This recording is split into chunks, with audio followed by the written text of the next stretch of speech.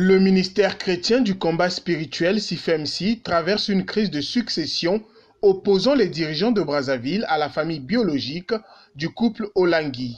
En effet, les fidèles de Brazzaville et la coordination nationale fustigent la volonté de Paul David Olangi de vouloir exercer son pouvoir sur l'Église, alors qu'en l'absence d'un cadre juridique ou d'un accord, la congrégation de Kinshasa en République démocratique du Congo n'a pas de droit sur celle de Brazzaville. C'est ce qui ressort d'une conférence de presse animée le lundi 7 novembre 2022 à Brazzaville par les responsables de la coordination nationale de cette congrégation. Comment nous allons faire avec les enfants Olangi, soit pour le patrimoine, soit pour quoi que ce soit? Nous disons encore, monsieur le journaliste, que nous ne sommes liés avec Kinshasa que par le respect que nous devons envers les parents.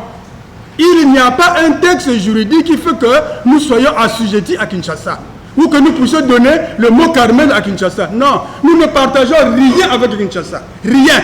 Sinon, les aspects spirituels. Parce qu'aujourd'hui, pour avoir besoin, par exemple, d'un exhortateur, on peut dire à Kinshasa, bon, envoyez-nous un exhortateur. Dans le souci de recenser et traiter en profondeur tous les mots qui minent cette église, Joachim Kindara et Yvette Ruth Ouamabala, respectivement secrétaire général et messagère de Jésus-Christ au ministère combat spirituel, ont annoncé la tenue des assises nationales prévues du 10 au 20 novembre 2022. Tous les sièges de la République du Congo vont participer à ces assises qui sont nationales. C'est toute la communauté chrétienne.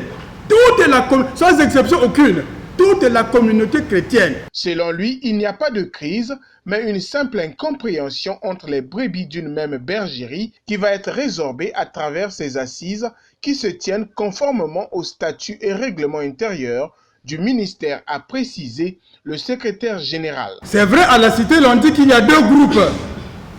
Mais en réalité, ce sont les enfants d'une même bergerie. Il y a eu de petites incompréhensions.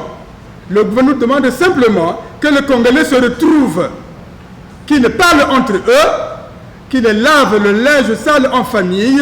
Les statuts, en leur article 12 et 13, disent qu'en cas de défaillance de l'un de vous, les 2 tiers de la coordination nationale peuvent se retrouver et engager la structure et organiser l'Assemblée générale, que nous appelons ici Assises nationales.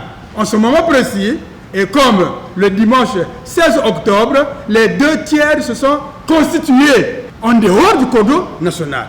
Les 2 tiers se sont constitués et n'importe qui parmi les 2 tiers peut signer, peut engager les 2 tiers. C'est statutaire. Ici est de reconnaître que depuis le décès du couple Olangi-Wosho, le ministère chrétien combat spirituel bat de l'aile, ce qui a conduit le gouvernement de la République du Congo à suspendre toutes les activités de cette congrégation afin de leur inviter au dialogue pour le bien de tous les fidèles.